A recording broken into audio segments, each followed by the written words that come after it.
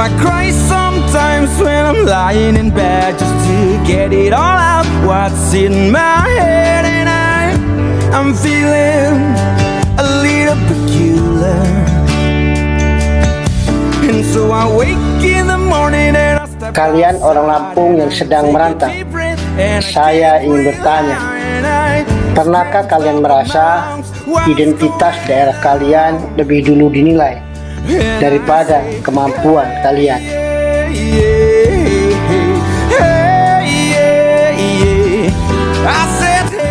Pernahkah kalian merasa harus bekerja 2 kali lebih keras hanya karena berasal dari Lampung? Pernahkah kalian merasa ragu ketika ditanya asalnya dari mana? Atau pernahkah kalian mendengar cerita tentang seseorang yang memilih mengubah domisili KTP karena khawatir akan stereotip terhadap daerah asalnya? Assalamualaikum warahmatullahi wabarakatuh. Ini ada konten satu nih yang balas. Saya orang Lampung Sukulat. Saya justru susah mencari kerjaan, KTP saya Lampung. 5 tahun. Nah itu benar, itulah ya, kasihan sama teman-teman kita yang merantau, yang butuh kerjaan di luar sana, di negeri orang ya. Proyek KTP Lampung dipersulit sama orang luar, dipersulit sama negeri orang, dipersulit sama bos-bos yang punya perusahaan. Akibat satu yang bikin masalah, semua Lampung yang kena imbas. Padahal intinya Lampung ini ramah tamah, cinta damai.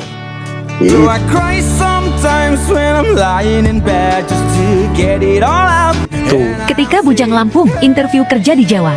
Pagi Pak. Pagi silakan. Iya Pak. Mau interview ya? Duduk. Iya Pak. Terima kasih Pak. Nama kamu di sini Saroni Mustafa Ibrahim, anak Bustomi. Iya Pak. Bagus juga namanya. Asli mana? Saya asli dari Lampung. Oh Lampung. Tempatnya orang begal-begal itu ya? Udah gitu kemarin pantainya dinobatkan nomor 2 terkotor di Indonesia juga ya? Iya Pak. Emang bener ya Lampung kayak gitu? Enggak apa-apa kalau beneran juga. Apa kamu datang sini mau begal juga? Enggak Pak. Saya kan mau kerja. Iya kamu kerja jadi begal kan? Soalnya kalau saya lihat dari muka kamu dan gaya kamu ini udah pas lah, udah cocok banget lah.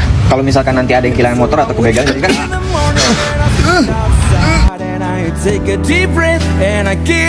Jika pernah, mungkin yang sedang kalian hadapi bukan sekedar prasangka.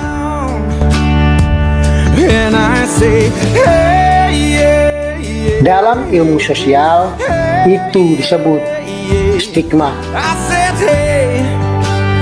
Stigma ialah sebuah proses ketika tindakan segelintir orang perlahan berubah menjadi label, lalu melekat pada jutaan orang yang tidak pernah melakukan kesalahan apapun.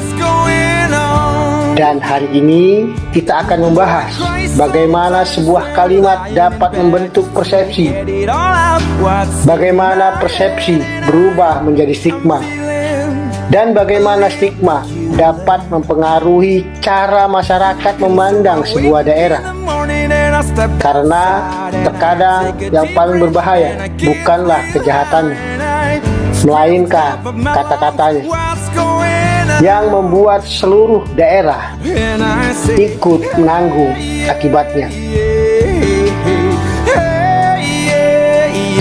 Lalu mengapa kita membahas semua ini? Karena beberapa waktu lalu sebuah pernyataan dari Kang Deddy Mulyadi atau KDM menjadi perbincangan di berbagai media dan media sosial. Pernyataan yang mengaitkan jaringan begal dengan Lampung memicu 2 reaksi yang berbeda. Sebagian masyarakat menganggap sebagai penyampaian fakta mengenai persoalan kriminalitas. Namun sebagian lainnya khawatir cara penyampaiannya dapat memperkuat stigma yang selama ini telah melekat pada Lampung. Pertanyaannya bukan apakah kejahatan harus ditutupi. Tentu tidak. Pelaku kejahatan harus dibongkar. Jaringannya harus dibongkar. Dan masyarakat berhak mengetahui fakta. Tetapi ada pertanyaan lain yang tidak kalah penting. Bagaimana cara menyampaikan fakta agar masyarakat tetap fokus pada pelaku bukan kepada jutaan warga yang berasal dari daerah yang sama. Karena dalam ilmu sosial, stigma tidak muncul begitu saja. Ia lahir ketika sebuah label terus dibicarakan berulang-ulang, lalu berubah menjadi stereotip, dan akhirnya dianggap sebagai kebenaran umum. Maka episode ini bukan untuk mengadili Kang Deddy Mulyadi, bukan pula untuk membela pelaku kejahatan. Episode ini mengajak kita memahami bagaimana sebuah pernyataan publik dapat mempengaruhi persepsi masyarakat, dan mengapa di negara yang menjunjung keadilan, setiap orang seharusnya dinilai berdasarkan perbuatannya, bukan berdasarkan daerah asalnya. Orang yang membangun opini, misalnya karena orang Jawa Barat nganggur dan sejenisnya, opini itu baik, tapi jaringan begal itu kan kebanyakan, mohon maaf ya menyebut daerah, itu kan Lampung ya yang tertangkap. Artinya bahwa kejahatan itu tidak melulu dilakukan oleh warga Jabar, tapi banyak orang luar warga Jabar merupakan jaringan dari sebuah kejahatan yang So I cry sometimes when I'm lying in bed just to get it all out. What's in Mari kita berhenti sejenak. I'm feeling Lupakan dulu siapa yang mendukung dan siapa yang menolak. Karena persoalan yang akan kita bahas jauh lebih besar daripada satu nama. Yang sedang kita bahas adalah bagaimana cara manusia membentuk penilaian terhadap manusia lain. Mengapa ketika mendengar kata lampu, sebagian orang langsung teringat pada begal? Mengapa?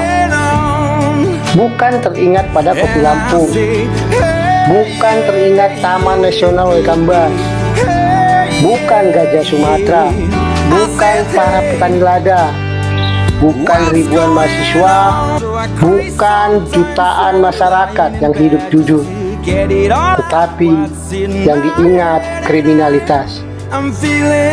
Apakah itu terjadi begitu saja? Jawabannya tidak. Dalam ilmu sosial, proses itu disebut stigma. Stigma bukan sekedar ucapan. Stigma adalah proses sosial. Ia dimulai dari sebuah label diulang, diingat, dipercaya, lalu perlahan berubah menjadi cara masyarakat melihat sebuah kelompok. Erving Goffman, seorang sosiolog yang meneliti stigma sejak tahun 1960-an, menjelaskan bahwa manusia seringkali tidak lagi menilai seseorang sebagai individu. Mereka menilai berdasarkan identitas yang melekat padanya. Bukan lagi siapa orang ini, tetapi dari mana asalnya. Disitulah masalah dimulai. Karena ketika identitas daerah lebih dulu berbicara, karakter seseorang seringkali tidak lagi mendapat kesempatan untuk menjelaskan siapa dirinya.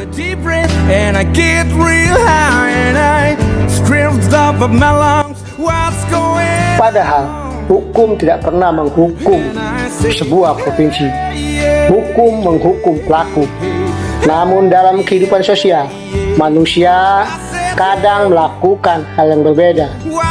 Kesalahan satu orang perlahan berubah menjadi bayangan bagi jutaan orang lainnya, dan itulah yang disebut stigma. Dari satu kasus menjadi satu daerah. Mari kita bayangkan sebuah peristiwa. Satu orang melakukan kejahatan, polisi menangkap pelakunya, pengadilan mengadilinya, selesai. Begitulah seharusnya negara hukum bekerja. Tetapi masyarakat tidak selalu bekerja seperti hukum. Masyarakat sering bekerja dengan persepsi. Awalnya yang diberitakan adalah pelakunya, lalu asal daerahnya ikut disebut. Kemudian orang mulai menghubungkan satu kasus dengan kasus lainnya. Sedikit demi sedikit muncullah sebuah pola dalam pikiran. Sepertinya banyak pelakunya dari sana. Lalu pola berubah menjadi kenyataan. Daerah itu memang begitu. Padahal, apakah semua orang dari daerah itu melakukan kejahatan? Tentu tidak. Namun, otak manusia menyukai kesimpulan yang sederhana. Daripada mengenali jutaan individu satu persatu, otak lebih mudah membuat kategori, dan disitulah stereotip mulai lahir. Satu berita menjadi dua berita, dua berita menjadi 10 berita dianggap mewakili jutaan manusia. Inilah yang oleh para ilmuwan sosial disebut generalisasi. Kesimpulan tentang kelompok besar ditarik dari tindakan sebagian kecil anggotanya. Masalahnya, generalisasi ini tidak pernah berhenti pada pelaku. Ia ikut menempel pada orang-orang yang tidak bersalah, pada mahasiswa yang sedang merantau, pada pekerja yang sedang mencari nafkah di perantauan, pada keluarga yang hanya ingin hidup tenang, dan tanpa disadari mereka ikut memikul beban dari kesalahan yang bukan milik mereka. Inilah mengapa stigma sangat sulit dihapus, karena yang dipertahankan bukan lagi fakta, melainkan persepsi. Dan persepsi seringkali bertahan jauh lebih lama daripada sebuah berita. So I cry sometimes when I'm lying in bed just to get it all out what's in my head, and I'm feeling. Ketika kekuasaan berbicara, ada satu hal yang sering kita lupakan. Tidak semua ucapan memiliki dampak yang sama jika ia seorang warga biasa yang berbicara. Mungkin hanya didengar oleh keluarganya. Tetapi ketika seorang pejabat berbicara, yang mendengar bisa jutaan orang. Media mengutipnya, media sosial menyebarkannya. Potongan videonya diputar berulang-ulang kali. Dan perlahan, ucapan itu menjadi bagian dari opini publik. Dalam ilmu komunikasi, ini disebut efek kredibilitas sumber. What's going on? Semakin tinggi otoritas seseorang, semakin besar kemungkinan masyarakat mempercayai pesannya. Pesan itu datang dari seseorang yang memiliki kewenangan. Karena itulah, setiap kata yang keluar dari ruang kekuasaan selalu memiliki konsekuensi yang lebih besar. Mari kita kembali pada pernyataan KDM. Bagi sebagian orang, itu adalah penyampaian fakta mengenai persoalan kriminalitas. Bagi sebagian yang lain, cara penyampaiannya dikhawatirkan dapat memperkuat label yang sudah lama lekat pada Lampung. Disinilah letak perdebatan yang sebenarnya. Bukan tentang apakah kejahatan harus diberantas. Semua sepakat, kejahatan harus ditindak. Pelakunya harus ditangkap. Jaringannya harus dibongkar. Yang diperdebatkan ialah bagaimana fakta itu dikomunikasikan kepada publik. Karena dalam masyarakat yang majemuk, cara menyampaikan pesan dapat mempengaruhi cara masyarakat memahami pesan itu. Satu kalimat dapat diterima sebagai informasi, tetapi kalimat yang sama juga dapat ditafsirkan sebagai label. Dan ketika label itu terus diulang, dia dapat berubah menjadi stigma. Mungkin karena itulah, para pemimpin tidak hanya dituntut berbicara dengan jujur, tetapi juga berbicara dengan tepat. Sebab kepercayaan publik dibangun bukan hanya oleh si pesan, melainkan juga oleh dampak yang ditimbulkan setelah pesan itu disampaikan. Emang benar ya Lampung? Karena pada akhirnya kata-kata memang tidak bisa dipenjara, Apa kamu datang tetapi sini mau begal juga? kata-kata dapat membentuk cara sebuah bangsa memandang sesama warganya. Kamu ini udah pas lah, udah cocok banget lah. Kalau misalkan nanti ada yang Korban yang tidak pernah masuk berita. Setiap kali sebuah berita kriminal muncul, Yang menjadi perhatian adalah pelakunya, wajahnya, modusnya, hukumnya. Namun ada satu kelompok yang hampir tidak pernah diberitakan. Mereka yang tidak pernah melakukan kejahatan, tetapi ikut menanggung akibat dari sebuah stigma. Mereka adalah perantau, mahasiswa, pekerja, pedagang, guru, dokter, dan jutaan warga Lampung yang menjalani hidup seperti warga Indonesia lainnya. Dalam ilmu sosial, ini disebut kolektif stigma. Ketika tindakan segelintir orang membentuk cara sebagian masyarakat memandang kelompok yang jauh lebih besar, akibatnya yang dipertanyakan bukan lagi apakah orang ini jujur, melainkan dari mana orang ini berasal.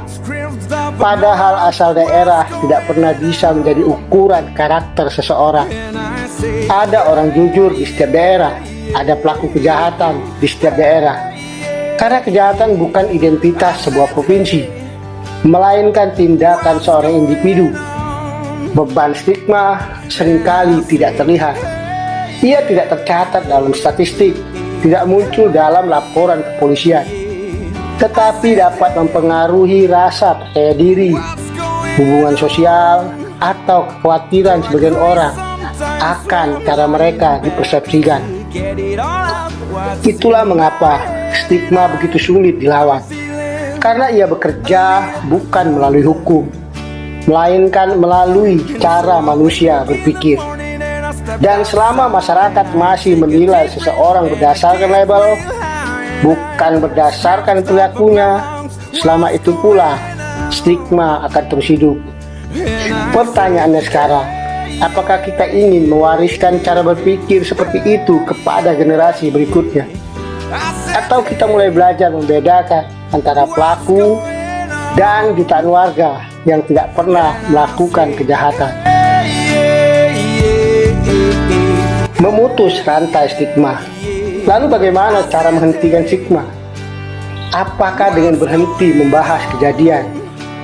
Tidak. Menutup fakta bukanlah solusi. Kejahatan harus tetap diungkap. Pelakunya harus ditangkap. Jaringannya harus dibongkar. Masyarakat berhak mengetahui kondisi keamanan yang sebenarnya. Tetapi ada satu hal yang tidak boleh kita lupakan.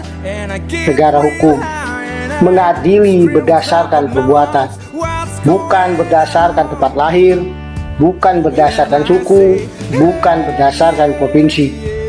Artinya ketika seseorang melakukan kejahatan, yang bertanggung jawab adalah pelakunya, bukan jutaan orang yang kebetulan berasal dari daerah yang sama.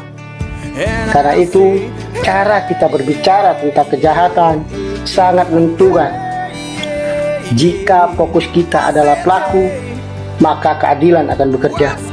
Tetapi jika fokus kita bergeser menjadi sebuah identitas daerah, maka stigma mulai mengambil alih. Dan sejarah mengajarkan stigma tidak pernah berhenti pada satu kelompok.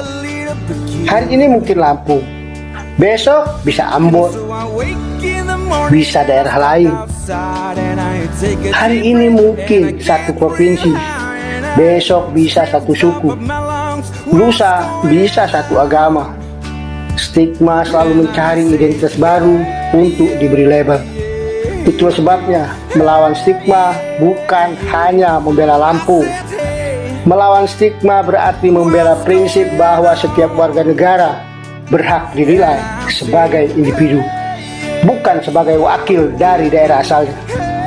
Karena bangsa yang adil bukan bangsa yang menutup-nutupi kejahatan, tetapi bangsa yang mampu menghukum pelaku tanpa menghakimi masyarakatnya. Dan mungkin itulah ujian terbesar kita sebagai bangsa.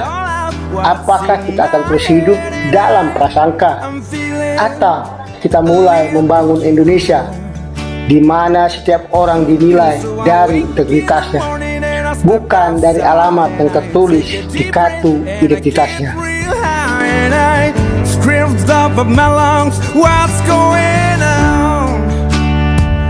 And I say, hey, yeah, yeah, hey, yeah, yeah. I said, hey,